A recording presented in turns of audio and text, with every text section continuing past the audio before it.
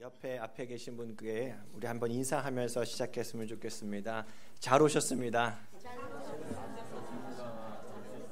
당신은 하나님의 사람입니다. 아멘. 혹시 여러분 지난 주 중에 그 저녁 하늘 노을을 보신 분 계십니까? 안 보신 분이 계실 것 같아서.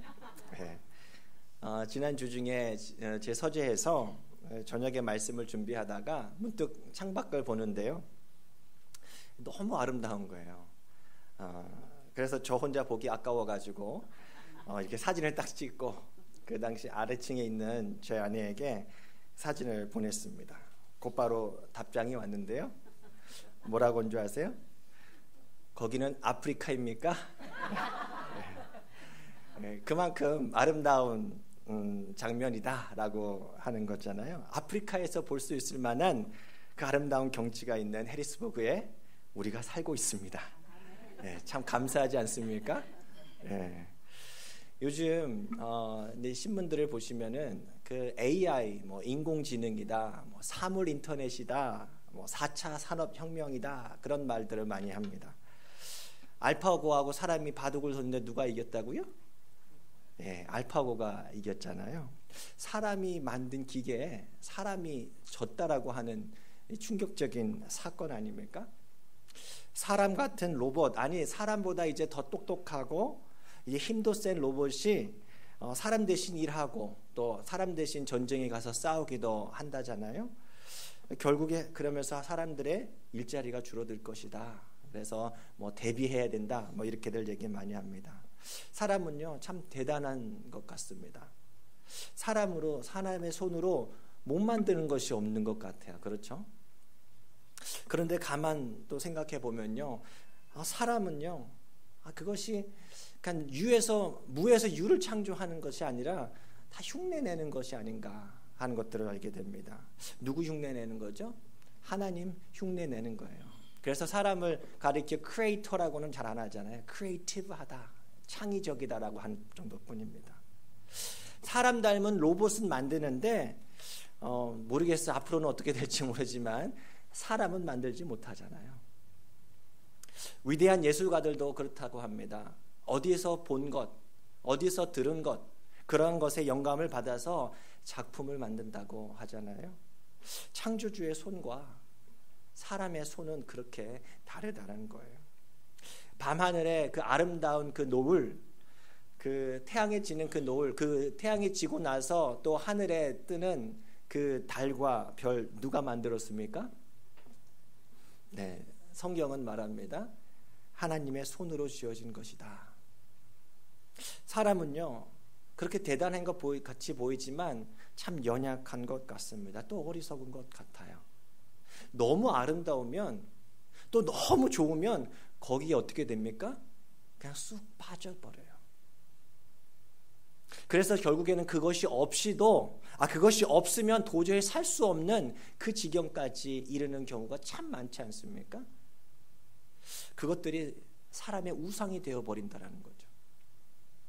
1월 성신 비나이다, 비나이다, 천지신명께 비나이다 계속 하잖아요. 일단 우상이 되어버리면요 그것이 우리를 지배하기 시작하는데요.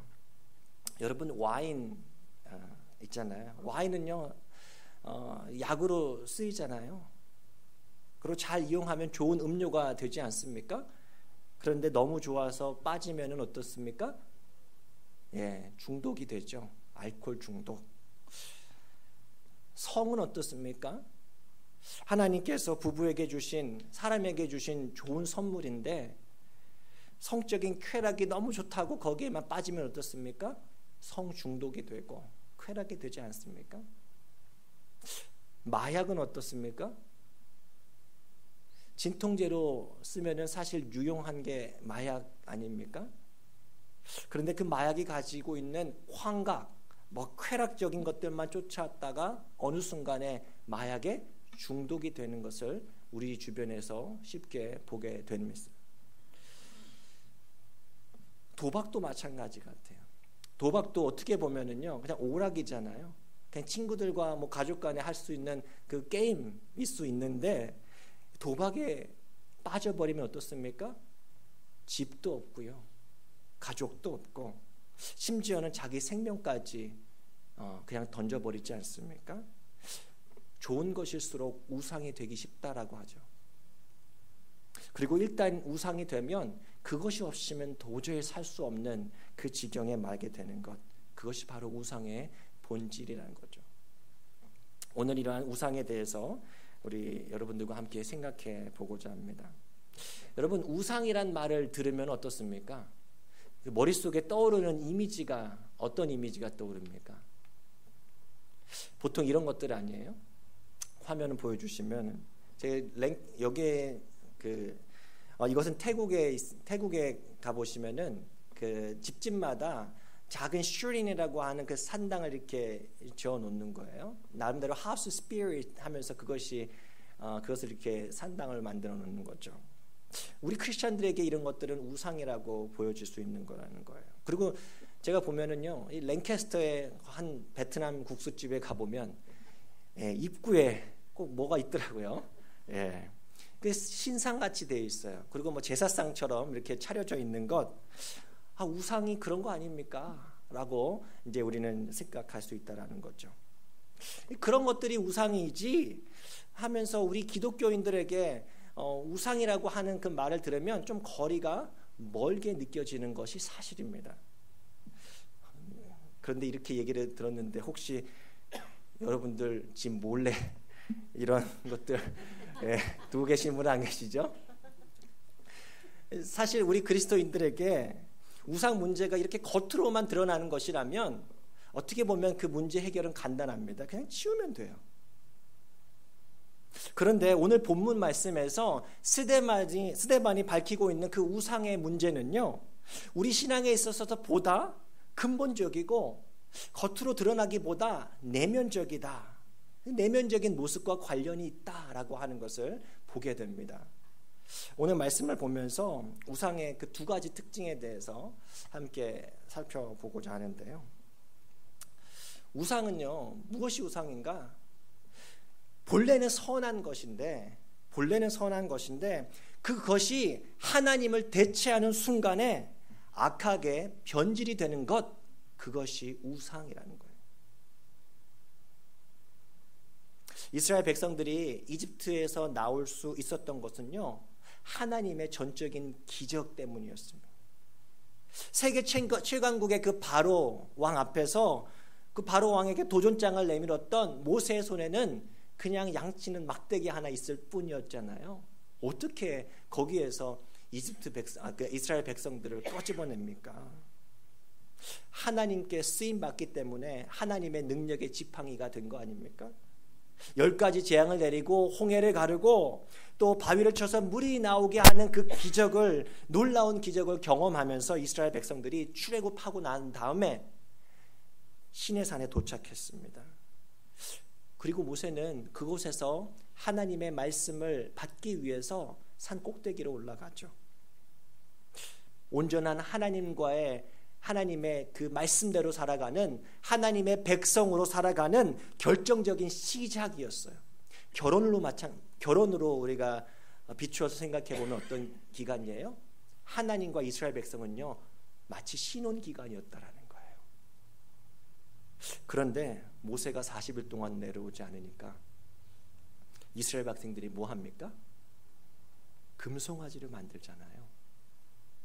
금송아지를 자신들을 인도해낸 모세를 대체합니다. 또 하나님을 대체해 버리는 거예요. 부부 관계로 말하면은 다른 남자를 만나 버리는 거예요. 남자가 좀 바쁘다고. 이스라엘 백성들이 갑자기 금송아지를 창조한 것은 아니죠. 이스라엘 백성들이 어디에서 본 것, 이집트에 400년 동안 살면서 보았던 그 황소신, 지금 그림에 보이시는 이 모습이라고 하더라고요. 그 이집트에 그 우상신이 있었는데 황소신인데 아피스라고 불린다고 합니다. 그것들을 흉내내서 이렇게 만드는 거죠. 그런데 한번 생각해 보시면 소가 무슨 죄입니까? 소 자체는 사실 문제가 없어요. 소는 밭도 갈고요. 또 식용으로 쓰이죠. 소고기 맛있습니다. 네. 그리고 하나님께 희생 제물로 쓰여지는 최고의 제물이 소 아닙니까? 그래서 솔로몬이 1000번째 드릴 때 1000마리를 드리잖아요. 소를. 그런데 아까 말씀드렸던 것처럼 뭐든지 너무 좋아버리면 사람들이 거기에 싹 그냥 빠져버리는 것 같아요. 이집트 사람들은요, 이 소 가운데서도 특별하게 잘생긴 소, 아름다운 소를 보면요 이렇게 여겼대요. 태양신이 현현한 것이다. 태양신이 내려와서 소가 되었다. 그렇게 얘기해가지고 파라오와 버금가는 대우를 해줬다고 합니다. 최고급 여물을 먹였대요. 아마도 유기농으로 먹인 것 같아요. 그리고 이 최고 아름다운 그 암소와 짝짓기를 시켜주고요. 그러다가 죽으면 어떻습니까? 파라오처럼 진짜 그랬을까 싶은데 미라로 만들어가지고 묘지에다가 묻어줬다라고 합니다. 근데 더 재밌는 것은 이제 죽었잖아요, 소가 나이 들어서. 그런데 또 새롭게 아름다운 황소가 나타나면은 이제 그것을 그 아피스가 다시 부활했구나 해가지고 그 소를 모셨다고 합니다. 여러분, 그게 우리 사람의 죄성 아닙니까? 소를 만드신 하나님께 감사하고 예배하지 않고요, 피조물인 소를 숭배해 버립니다. 소는요 당시에 어떤 상징이었을까요? 풍요의 상징이었어요. 힘의 상징이었어요. 이스라엘 백성들은 그 황소, 자신들이 본 황소를요 이렇게 그냥 어떤 석조로 혹은 동으로 만드는 것이 아니라 뭘로 만들었다고요? 금송아지로 업그레이드를 시킵니다. 그리고 그 금송아지로 하나님을 대체해 버리는 거예요. 소 자체는요, 다시 한번 말씀드리면 문제가 없어요. 그 소가 가져다 주는 풍요와 힘을 우상으로 이들이 섬겼다라는 얘기예요. 자신들의 손으로 만든 그 신을 보면서 오늘 말씀에 보니까 그들은요 기뻐했어요. 다음 화면 한번 보여주시면, 여기는 없는구나. 이 황소 옆에, 황금소 옆에 그냥 기뻐하면서 축제를 벌이는 장면이 있어요. 기뻐했다라는 거예요. 그 가운데 하나님을 잃어버린 거예요. 하나님보다 더 사랑하게 돼 버렸다라는 거죠. 자신이 갈망했던 것을 얻기 위해서 결국에는 하나님을 희생시켜 버렸다라는 거예요.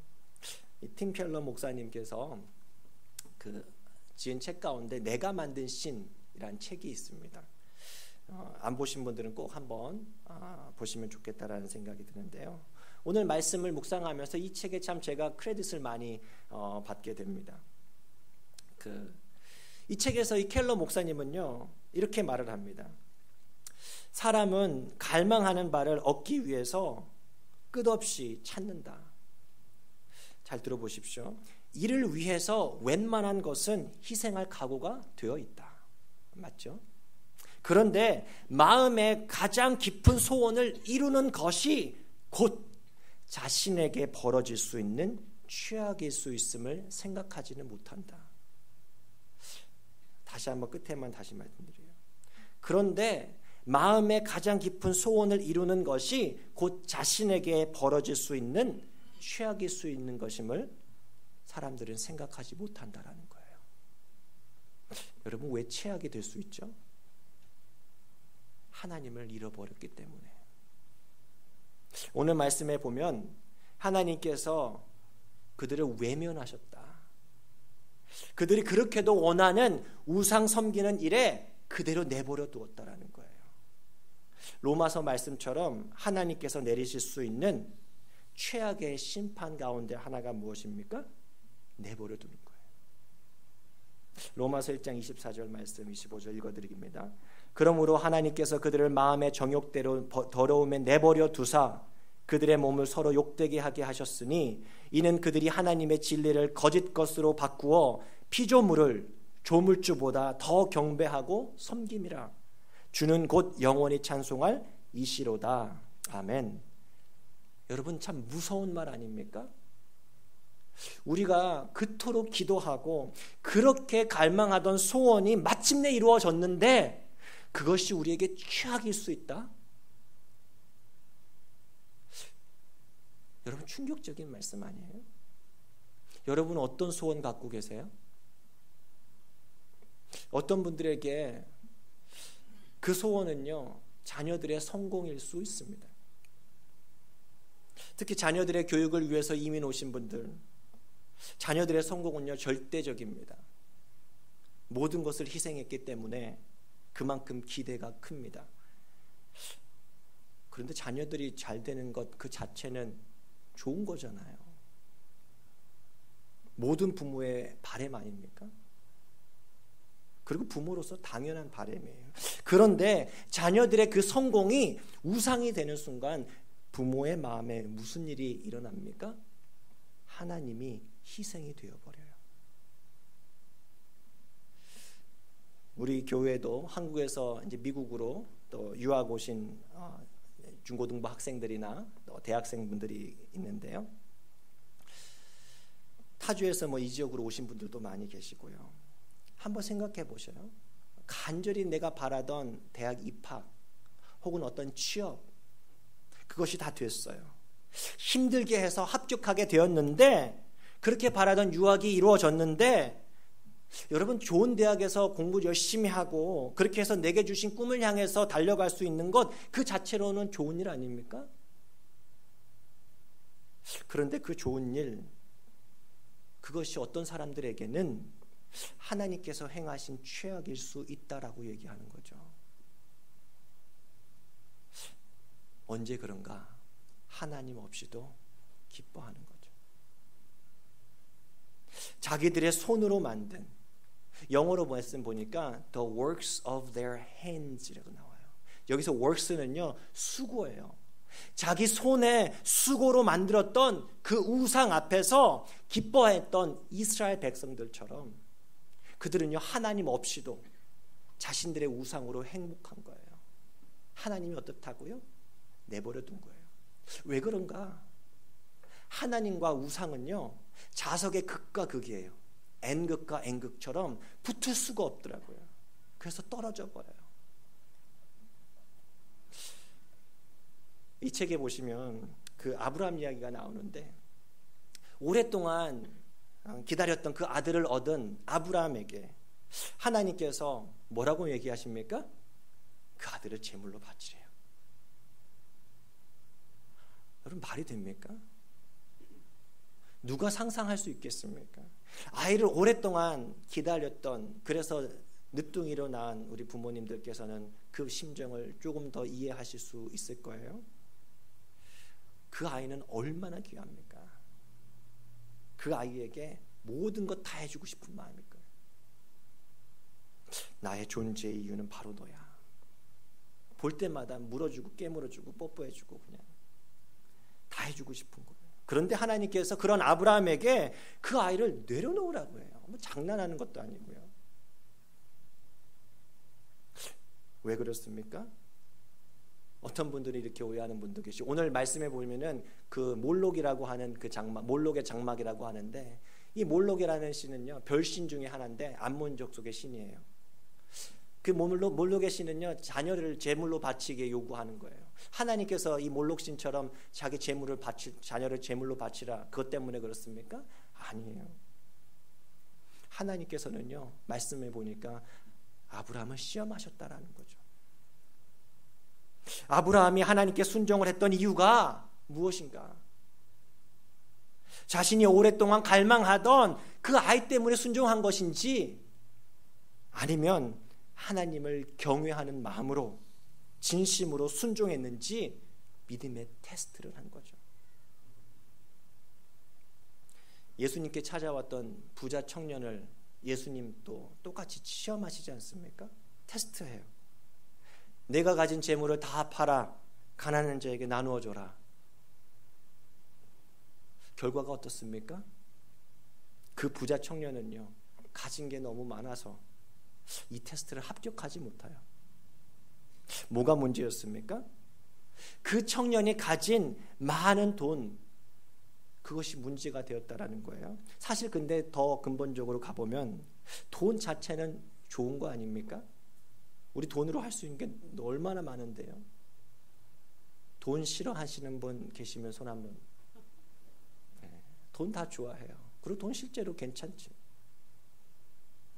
나는 돈이 싫으니까 돈 없게 해주세요. 그렇게 기도하신 분은 아무도 없을 거예요. 돈 자체는 좋습니다. 그런데 그 청년에게 그 돈은요, 뭐가 됐죠? 우상이 되었던 거죠. 그 테스트로 무엇이 밝혀져요? 이게 밝혀졌던 거죠. 그 청년은요, 자신이 모든 하나님의 말씀을 계명을 잘 지켰다고 얘기했어요. 그 얘기는 뭐예요? 하나님을 평생 잘 믿어왔어요. 근데 그 말 뒤에 숨은 그 마음속에는 하나님이 아니라 돈이 자리하고 있다는 거예요. 오늘 말씀 42절 43절에 선지자를 통해서 하나님께서 이렇게 얘기하세요. 40년 동안 광야 생활을 하면서 계속해서 이동하면서 다녔는데 이스라엘 민족이 정작 등에 짊어지고 다녔던 그 천막, 하나님께 예배드렸던 그 장막, 그것은 그 속에서 정작 하나님께 예배드렸던 것이 아니라 누구에게 예배드렸다고요? 우상에게 예배드렸다라고 얘기하는 충격적인 이야기 아닙니까? 평생 교회 다녔는데, 평생 예수 믿는다고 했는데 실제 예배드리는 우리 마음을 보고 계시는 하나님께서 갑자기 어느 순간 나타나서 너 지난 40년 동안 30년 동안 희생과 제물을 나에게 드린 일이 있느냐, 그렇게 물어보면 얼마나 당황스러워요. 우상신을 마음속에 두고 있던 우리 마음을 하나님께서 꼬집고 계신다는 거죠. 저는 그러면서 그런 생각이 들어요. 강 목사, 네가 교회를 섬긴다고 그렇게 목사로 이렇게 앞에 서 있는데 내 마음에 나 하나님보다 혹시 목회의 성공을 혹은 사람의 인기를 더 갈망하고 있는 거 아니야? 그것을 예배하고 있는 거 아니야? 그렇게 말씀하시는 것 같아요. 여러분, 문제는요, 돈 그 자체가 아니라니까요. 목회의 성공 자체가 아니에요. 자녀의 성공, 공부 유학의 성공, 그런 것 자체는요 사실 다 좋은 일이에요. 그런데 어떻다고요? 본래 이렇게 좋은 것들, 더 좋은 것들일수록 하나님의 자리를 뺏기가 쉽다라는 거예요. 하나님의 자리를 대신하게 될 때 그것들은요 우리의 우상들로 변질하게 된다라는 말씀이에요. 하나님이 우리의 삶의 목적이 아니고 수단이 되어버리는 거예요. 그것들이 바로 우상입니다. 둘째로, 이런 우상들은요 거짓 신입니다. 거짓 신. 이 화면을 보여주고 싶었던 건데 이 화면이에요. 황금 송아지 만들어 놓고 이렇게 즐거워하면서 춤추고 있는 이스라엘 백성들의 장면이죠. 그 우상들은요 거짓 신이라는 거예요. 거짓 구원자라는 거예요. 아까 말씀드렸던 내가 만드신 그 책의 영어 제목은요 Counterfeit God이에요. Counterfeit God. Counterfeit은요 위조, 모조 그런 의미 아니에요. 그래서 Counterfeit Bill 하면은요 위조 지폐 그건데, 위조 신들, 거짓 신들이라는 거예요. 아주 비슷하게 생겼는데 거짓말이다라는 거죠. 오늘날에 여러분, 구원은 뭘 의미해요? 내가 너를 자유하게 해주겠다. 내가 너를 행복하게 해주겠다. 내가 너를 성공하게 해주겠다. 사람들은요 그 구원자를 찾고 있어요. 그런데 누가 그것을 약속해 준다고요? 그 우상들이 약속해 주는 거예요. 출애굽기 32장 8절 말씀입니다. 그들이 내가 그들에게 명령하기를 속히 떠나 자기를 위하여 송아지를 부어 만들고 그것을 예배하며 그것에게 제물을 드리며 말하기를 이스라엘아 이는 너희를 애굽 땅에서 인도하여 낸 너희 신이라 하였더라. 이 말은요 이스라엘 민족 대대로 내려오는 우상 숭배자들이 하나의 패턴의 말이 되었어요. 남한국하고 분리가 돼서 이제 예루살렘에서 예배할 수 없었던 그 여로보암 왕이 베델에다가 신전을 짓고 거기다가 또 금송아지를 만들어놔요. 그러면서 이스라엘 백성에게 정확히 이렇게 얘기합니다. 열왕기상 12장 28절이에요. 이에 계획하고 두 금송아지를 만들고 무리에게 말하기를 너희가 다시는 예루살렘에 올라갈 것이 없도다. 이스라엘아, 이는 너희를 애굽 땅에서 인도하여 올린 너희의 신들이라. 여러분, 우리는 잘 알죠. 그것들 다 거짓말이라는 것.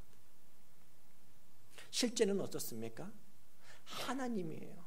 하나님께서 얼마나 답답하시면 성경을 통해서 반복해서 이야기해 주십니다. 예레미야 22장 33절 말씀이에요.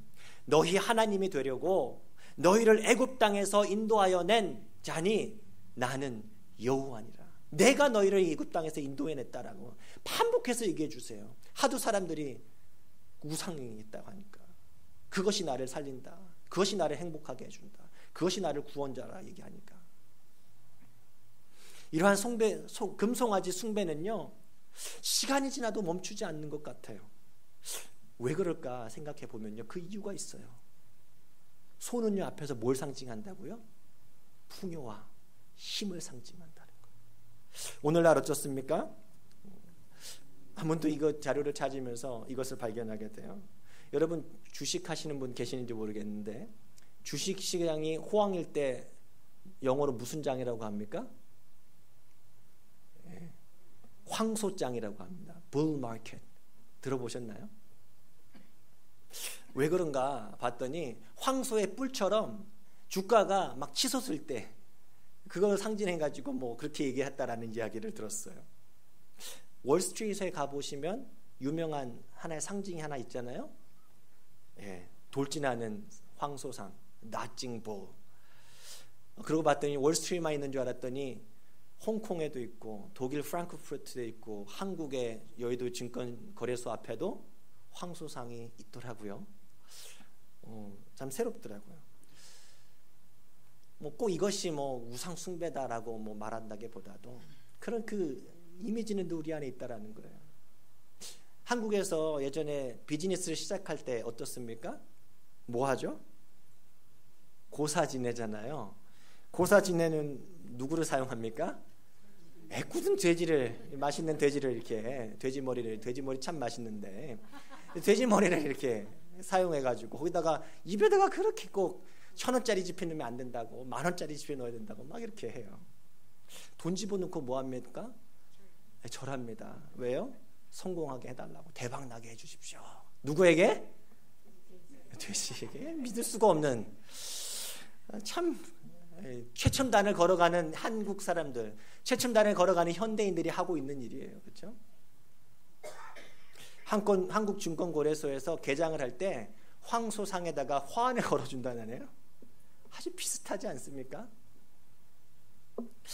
아까 말씀드렸던 것처럼 4차 혁명을 앞둔 우리 한국의, 인간들이, 대단한 사람들이 뭐라도 만들 것 같은 그 사람이, 대단해 보이는 사람은 가만 보면 한없이 연약하고 또 한없이 어리석습니다. 그리고 우상은요, 사람의 그 연약한 부분을요 잘 파고들어요. 사람은요 자신에게 부와 힘을 가져다 줄 그 우상을요 지금도 그렇게 찾고 의지하지 않습니까? 금송아지 앞에 제사 드리는 사람은 없을 거예요. 분명 금송아지 겉모양은 어쩌면 사라진 것 같지만, 여러분, 자본주의 사회에서 돈은 뭐예요? 권력입니다. 이 돈이라고 하는 우상이 여전히 활개를 친다라는 거죠. 교회들에도 마찬가지고, 할 수만 있다면 그 믿는 자들을 삼켜버리려고 하고 있잖아요. 사람들을 현혹합니다. 이것만 얻으면 참 행복할 텐데 그렇게 믿게 만들잖아요. 내가 성공한 인생이라 말할 수 있는 어떤 눈에 보이는 어떤 결과물, 지표 같아 보여요. 뭐가요? 내 수중에 있는 그 은행 통장을 열었을 때 그 창구 액수가 인생의 위기 때 나를 구원해 줄 것 같습니다. 근데 실제 어떻습니까? 만족이 되던가요? 인생의 고난이 닥쳤을 때 창고 액수가, 내 크레딧 카드가 나를 건져주던가요? 여러분 다 가진 것 같은데, 경제적으로 어려운 것 같은데, 먹고 사는 문제 하나도 없는 것 같은데 왜 우울하시죠? 왜 제가 만난 어떤 성공한 사업가는요, 기도해 달라고 하시면서 불안해서 잠을 못 잔다고 이렇게 얘기를 하실까요? 왜 수많은 젊은 어린 학생들이 알바를 해서 모은 돈으로 명품 핸드백을 사고 또 사고 해도 만족감을 못 누리는 것일까요? 예전에 한국에서 한참 옛날 일이긴 한데 제가 저희 고등학교 동창을 만난 적이 있었습니다. 몇몇 공부를 잘했던 그 친구들이 좀 있었었는데, 그 친구들이 그 대학을 나와서 졸업하고 이제 대기업에 취업했다고 이렇게 얘기를 하더라고요. 그러면서 뭐 잘 됐다, 노력한 만큼 좋은 결실이 있으니까 잘 된 일이 아닌가, 그렇게 축하를 해줬는데, 그런데 이상하게 그 좋은 대학, 그 대기업이 만족을 주지는 못하는 것 같이 들려요. 어떻게 알았냐고요? 저에게 갑자기 한참 재밌게 놀다가 어디로 좀 같이 가재요. 어디로 데려가려고 하냐면 룸사롱 같은 데를 데려가려고 하더라고요. 왜 이런 데 가냐고, 다들 그렇게 논대요. 소위 출세한 사람들의 문화라고 하네요. 제가 아주 충격을 받았어요. 얘네들이 그런 애들이 아닌데, 고등학교 때. 제가 딱 그때 느꼈어요. 우상신은요, 거짓신이에요. 만족이 끝이 없어요. 세상을 다 주어도 만족할 수 없어요. 내가 너희를 구원한 신이라고 말하지만 그것은요, 사람의 손으로 만든 거짓신에 불과한다는 거죠. 우리를 만족시켜 줄 수 없습니다. 우리를 고난에서 구해주지도 못하고요, 우리를 영원한 죽음에서 구할 능력은 더더군다나 없는 거예요. 결코 우리의 예배의 대상이 될 수 없습니다. 말씀을 마무리하면서 미국의 트리나 폴러스라고 하는 작가가 어른들을 위해서 쓴 동화책이 하나 있는데, 아마들 많은 분들이 보신 분도 계실 거예요. 꽃들에게 희망을 이라는 책이 있습니다. 이 책도 한번 강추해드리는 책인데요, 30분 만에 읽을 수 있는 아주 짧은 책이에요. 이 책에는요, 인생의 의미가 무엇인가 고민하는 한 애벌레가 등장합니다. 그 애벌레가 여기저기 막 방황을 합니다. 여기 가면은 인생의 행복을 누릴 수 있을까, 의미를 찾을 수 있을까 하면서 이것도 찔러보고 저기도 가보는 거예요. 그러다가 문득에 이 애벌레가 여러 애벌레들이 막 얽히고 설켜 있어가지고 만든 기다란 높은 기둥을 하나 발견합니다. 그러면서 다 저기로 가네? 그래서 이 애벌레도 거기에 휩싸여서 그 기둥으로 올라가기 시작합니다. 더 높이 올라가면 뭔가가 있을 것 같아서 옆에 있는 애벌레들 좀 밀치고, 자기보다 힘이 없는 애벌레들은 밟고 그렇게 열심히 올라갑니다. 자신도 그렇게 열심히 올라가다가 자기처럼 땀을 뻘뻘 흘리며 올라가는 옆에 애벌레에게 물어봤어요. 아니, 너는 왜 이렇게 열심히 올라가고 있니? 근데 답을 안 해주네요. 그들도 모르는 거예요. 몰라, 그냥 열심히만 살아가. 기둥 꼭대기에는 구름 위에 가려져가지고 보이지도 않아요. 당연히 기둥 꼭대기에 다녀온 사람들의 이야기도 들려지지가 않고요. 그래서 이 애벌레가 궁금했습니다. 분명 뭔가가 있을 텐데 하면서 다시 맘 잡고 더 열심히 옆에 사람이 아니라 옆에 애벌레를 밀치고 밑에 사람 막 밑에 애벌레 밟으면서 열심히 올라갑니다. 그런데 갑자기 어느 순간에 보는데 뭔가 쭉 떨어져요. 높은 곳에 추락하면서 죽어가는 그 애벌레들이 보이는 거예요. 이상하다, 이게 뭐지? 그러면서 자기 스스로를 다져요. 정신 차려, 뭐 하는 거야? 하면서 자신을 탓하면서 이전보다 더 꽉 잡고 더 열심을 내서 땀을 뻘뻘 흘리면서 꼭대기 가까이까지 올라갑니다. 그런데 어떻습니까? 그곳에 뭘 발견합니까? 아무것도 못 봐요. 아무것도 없는 거예요. 그 순간 옆에서 유유자적 자유롭게 날아다니는 나비 한 마리를 발견합니다. 너무 아름다워 보이는 거예요. 그 나비가 너무 부러웠어요. 그리고 그 나비 옆으로 멀리 보여진 게 뭡니까? 자신이 올라왔던 그 수많은 기둥들이 쫙 펼쳐져 있던 거예요. 거기에 막 애벌레들이 막 타닥타닥 붙어가지고 서로서로 올라가려고 하고 있었던 거죠. 그러면서 이 애벌레가 환멸을 느끼고 허무함을 느끼면서 그 나비에게 이야기를 구하면서 내려오게 되죠. 여러분, 자기의 손으로 만든 거짓 신을 따라간 사람들의 결국의 모습들이 이 애벌레 기둥들 아닙니까? 우상은요, 우리를 구원해 줄 것이라고 말합니다. 마치 그것이 없으면 살 수 없을 것 같이 말이에요. 현혹시키는 거예요. 우상은요, 그런데 자신을 따르는 숭배자들을요, 결국에는 파괴해버린다고요. 팀 켈러 목사님의 말처럼 인간의 손으로 만든 그 인공지능 그 알파고에 졌던 것처럼 인간의 손으로 만든 그 우상은요, 결국에 그 인간을 배신한다는 거예요. 파괴합니다. 말씀을 마무리합니다. 우상은요, 실체가 아니라 점선과 같습니다. 우상은요, 점선이에요.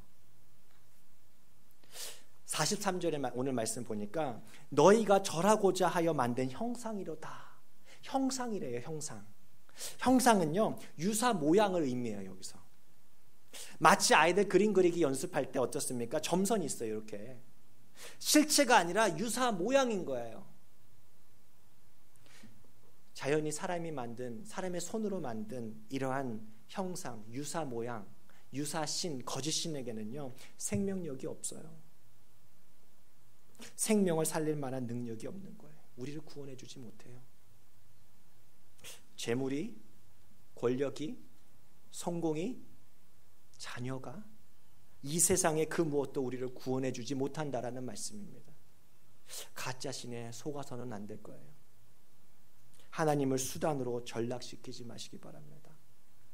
하나님 보내신 모세만이 이스라엘의 진정한 구원자 역할을 했던 시, 하나님 보내신 우리 주 예수 그리스도만이 우리 삶의 참 구원자가 되심을 믿습니다.